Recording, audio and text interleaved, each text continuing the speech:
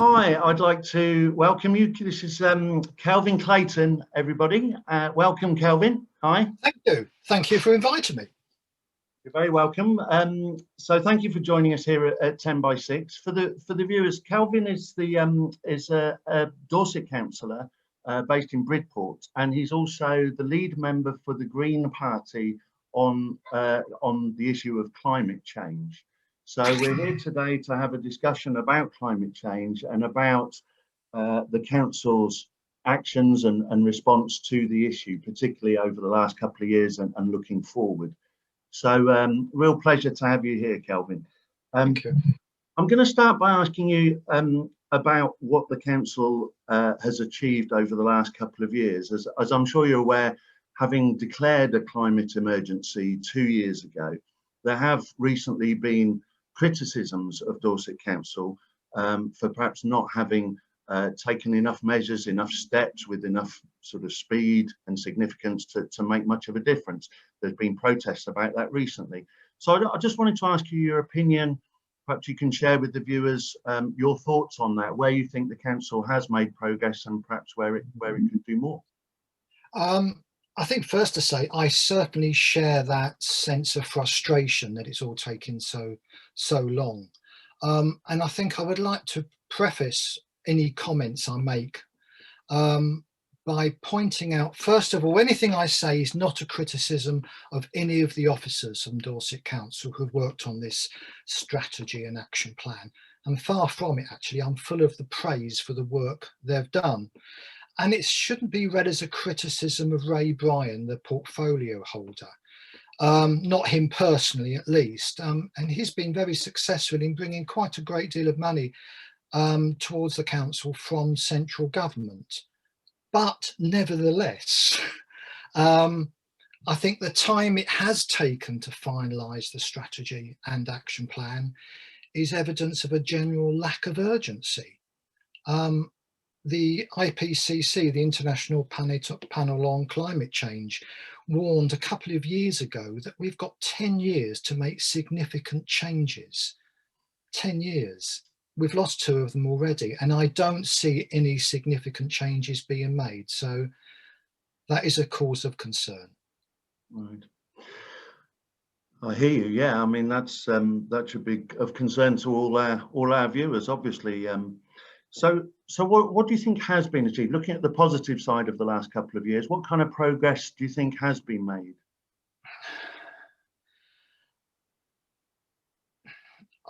This is where I feel frustrated, because I think I'm going to there's a great deal that's been put into the strategy and it's gone to public consultation. Now, I've got mixed views over the consultation. Dorset Council do them on most major changes. It's great. It's really good to give all residents and stakeholders an opportunity to give their thoughts and ideas. And we really should listen to people. But I don't think the majority of people fully understand the seriousness of the situation. And on that, I would like to see Dorset Council taking much more of a political lead on this. And I think it's incumbent upon them to take a political lead.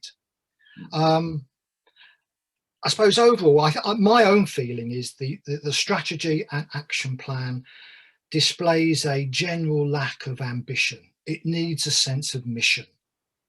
That's how I see it, and I just don't see it coming at the moment. Right. Interesting you say about, perhaps some of the population are not fully aware of the seriousness or, the major concerns that are held within the scientific community about potential consequences or very likely consequences of the climate crisis.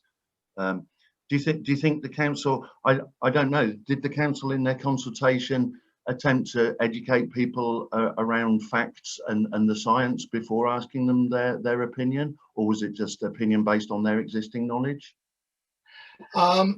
Fix one of them, it asked people to what extent they prioritised the climate emergency, and people didn't put it as their number one. And quite understandably, things to do with social care and transport have more of a day-to-day impact. I think it was a sociologist, Anthony Giddens, who talked about one of the internal problems of climate change, in as much as people won't be ready to change until the effects are in their face. But by the time the effects are in their face, it's going to be too late to do anything about it. Absolutely, yeah. And that is one of the problems where you need political lead to argue that point and persuade people, and dare one say, start enforcing certain cultural changes, how we live, how we shop, how we do business. Otherwise, when we're forced to do it, it's going to be really uncomfortable. Yeah.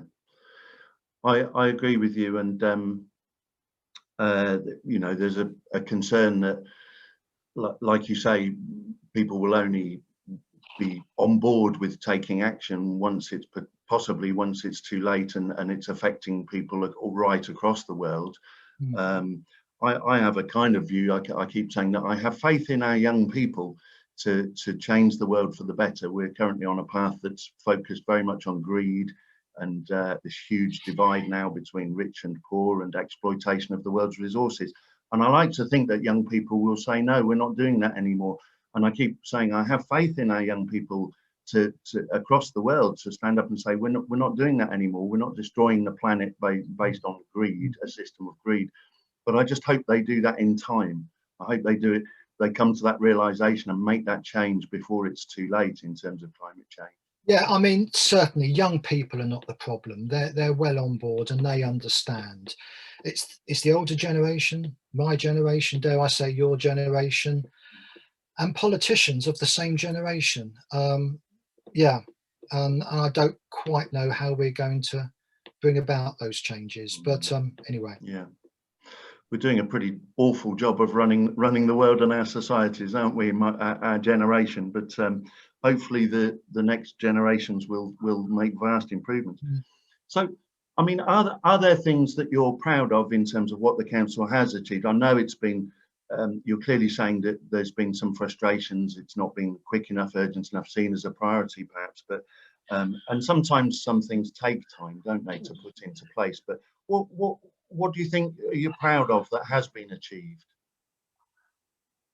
This is going to sound negative, and I really do not want to sound negative. But I don't think, other than declaring a climate emergency, nothing has actually been achieved yet.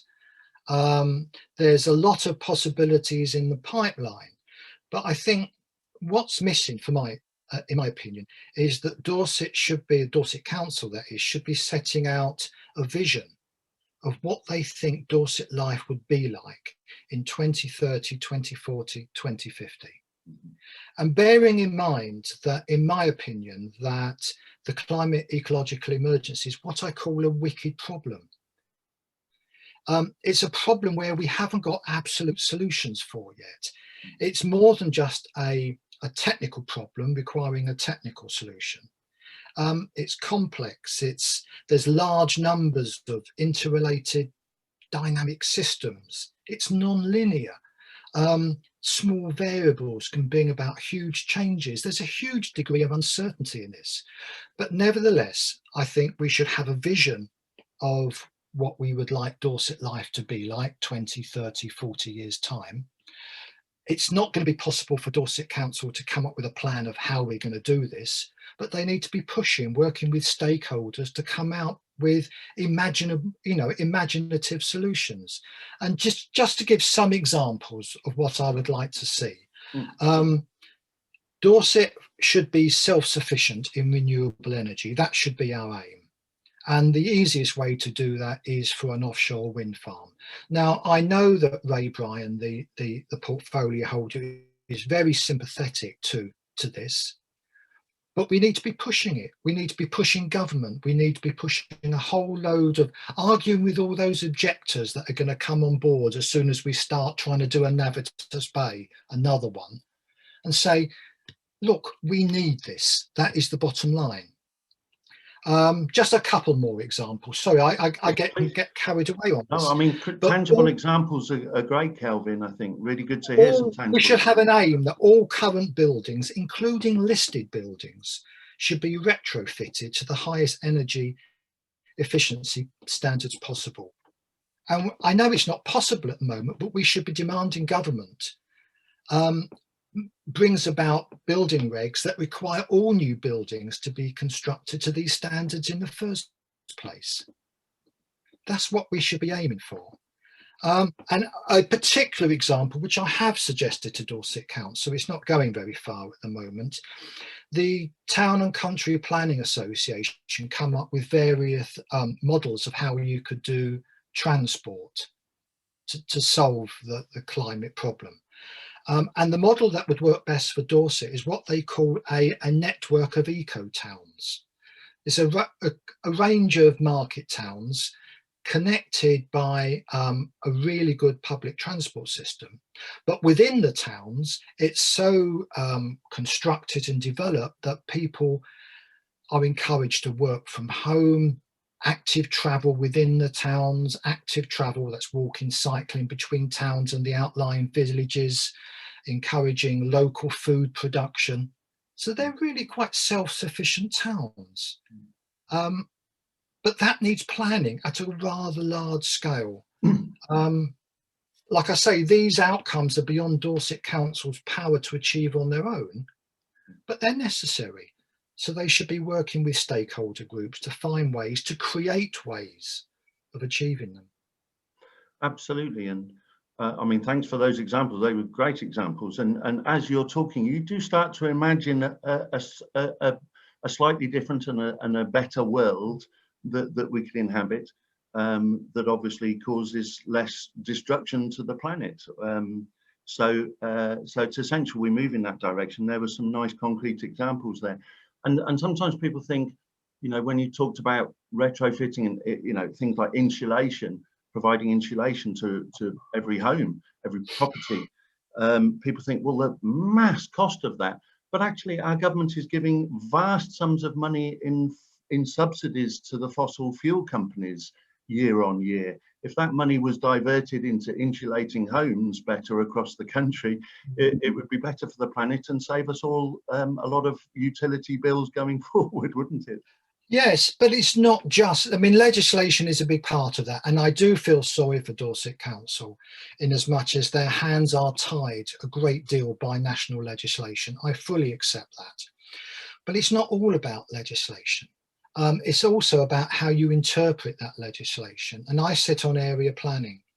And it's really frustrating where a listed building puts in an application for double glazing or have solar panels in the roof, and they're rejected because they don't look nice in a conservation area. Yeah. We need to get over this.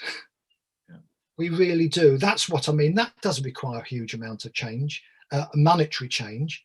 That just requires a will and perhaps the willingness to fight. Yeah. Yeah, we have to fight for a better world for our children, for our grandchildren. You know, we have to make these changes.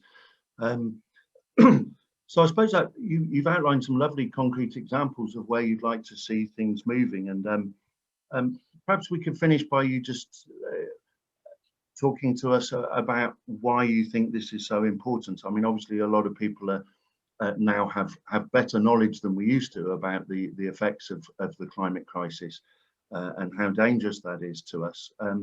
What are your thoughts? I mean, how important is this as an issue? Is it a side issue, or is it a major issue that everyone should be serious about? Without sounding over dramatic, I think potentially it's an existential issue. You know, the existence, the future well-being of humanity is at stake here. And it's a global issue. The trouble with the complexity in climate change is that there are absolutely no certainties. So a person denying the problem, and there are people out there, could well say, well, it's a bit of a problem, but it's going to be nowhere near as bad as you say. It could all turn out okay. and it could. There are absolutely no certainties in this, but all the scientific evidence, or at least predicts something like 90% chance of sea level rise of 1 metre by the end of the century, if not before. But it's the tipping points with the melting ice caps, the Gulf Stream drift, or the Gulf Stream, which brings us our climate, could stop. And there will be a drastic change to our climate. We will become a continental climate. We'll have severely cold winters and boiling hot summers.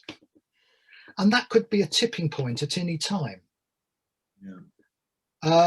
And a metre of rising sea levels, I mean, globally could cause massive problems for coastal regions and indeed whole countries. I think in Bangladesh, there are a large number of people who are very much against migrants coming to this country, escaping war, famine. Imagine what it's going to be like when, I can't remember the exact figure, but something like 4/5 of Bangladesh is underwater. Yeah. Where are those people going to come? Yeah, you're You talking can't about just tens turn of millions and say it's not our problem. Yeah. It is our problem because we're one of the drivers of the Industrial Revolution, yeah, which has brought it all about. We can't ignore it. So globally, I mean, we are in danger of forcing tens of millions of people, maybe even hundreds of millions of people into being refugees, making their lands, their whole countries uninhabitable. On a local level, a metre of sea level rise potentially. I mean, we're a coastal county, very proud of our beautiful coast. Do you think there are serious dangers in terms of housing, population, residential areas close to the sea? Well, yes. And it's not just the mean sea level rise. It's also the storm surges associated with winter storms. So if you've got a metre sea level rise and then a severe storm on top of that, yeah, there's going to be severe flooding. Yeah, flooding is obviously going to be a huge issue for us here in Britain going forward as climate change becomes worse, and it's something we're already seeing. And of course, we're already seeing, here in Britain, particularly with flooding and other issues, but also across the world, we're already seeing climate change, the effects, in terms of more extreme weather events, and that can be really cold weather events as well as boiling hot, almost every year having increasing climate temperatures, global temperatures per year, but and droughts and forest fires. So it's a very serious issue. I'm sure almost all of our new viewers are on board with that, and I'm sure all our viewers would wish you and your fellow councillors of all parties well at going forward and in trying to implement measures to do our best to tackle it and to change our society and the services provided by the council in such a way that that we're good to the planet going forward. Yeah. Well, thank you so much, Kelvin. Thanks a lot for joining us. And thank you. I'm sorry I can't be more optimistic, but well, we just have to keep fingers crossed. And any young people listening, get involved. Stand to be a councillor if it's something you're passionate about. Maybe think about standing to be a councillor, and you can be the change. Please do. Yeah. Well, thanks a lot, Kelvin. Thank you. All right. Take care, and we'll probably speak to you again. Thank you.